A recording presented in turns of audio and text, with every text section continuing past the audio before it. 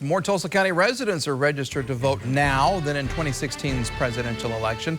Lines of Oklahomans are signing up to work the polls on Election Day as well, but some poll workers are choosing to sit November 3rd out. 2 Works for You's Mason Morrow joins us now live with our continuing election 2022 coverage. Mason, what's happening?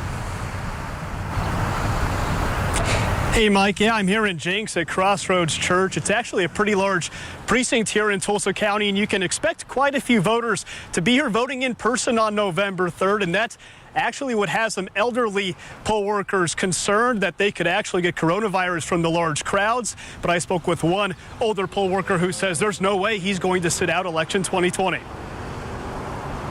I've been doing this for so many years. This is what I want to do. I want to give back, as a lot of veterans do, and this is just our passion. We love our country. Mike Fritz isn't new to elections in Tulsa County. November 3rd will mark his 4th presidential election as an election board volunteer. I expect some strain. I expect a little bit more anxiety than we normally have. Coronavirus weighs heavy on the election day process at polling places. Tulsa County Election Board officials tell 2 Works for You they'll supply face masks for poll workers, mark 6 feet of distance between voters, sanitize ballot booths, and toss pens after just one use. The procedures and the precautionary measures are just fantastic. But even then, elderly poll workers aren't willing to risk it. Their fear of catching it is overriding their passion and their desire to do the work. Tulsa County Election Board officials say their average poll worker is 75 years old. According to the CDC, older adults are at the highest risk for hospitalization from the virus. They report 8 out of 10 COVID deaths in the U.S.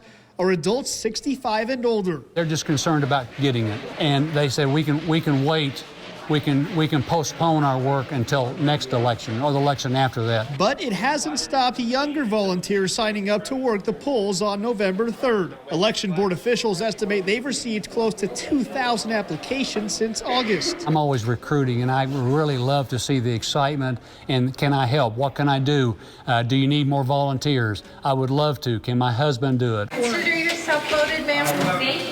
They'll have 1,200 precinct officials stationed at polling places across the county on Election Day. And election board officials tell me they have just about every poll worker selected to this point. They have just about 250 more that they have to choose from. Now, Fritz tells me he thinks it's awesome to see so many younger poll workers getting involved and taking or stepping in for the older poll workers who were deciding to sit out because of their coronavirus concerns. He also adds that he thinks it's great seeing them get involved in the election process during a presidential election year. Live in Jenks, Mason Morrow, 2 Works for You. Good stuff, Mason. Thank you. Well, you have until tomorrow to register for next month's election. You can find the link to the application on our website. You'll need to print it out and either put it in the mail or drop it off in person. Now, we've also set up a hotline for you to get all of your voting questions answered. You can call the number right there on the screen to reach our Decision 2020 Problem Solvers hotline. You can also send an email to problemsolvers@kjrh.com.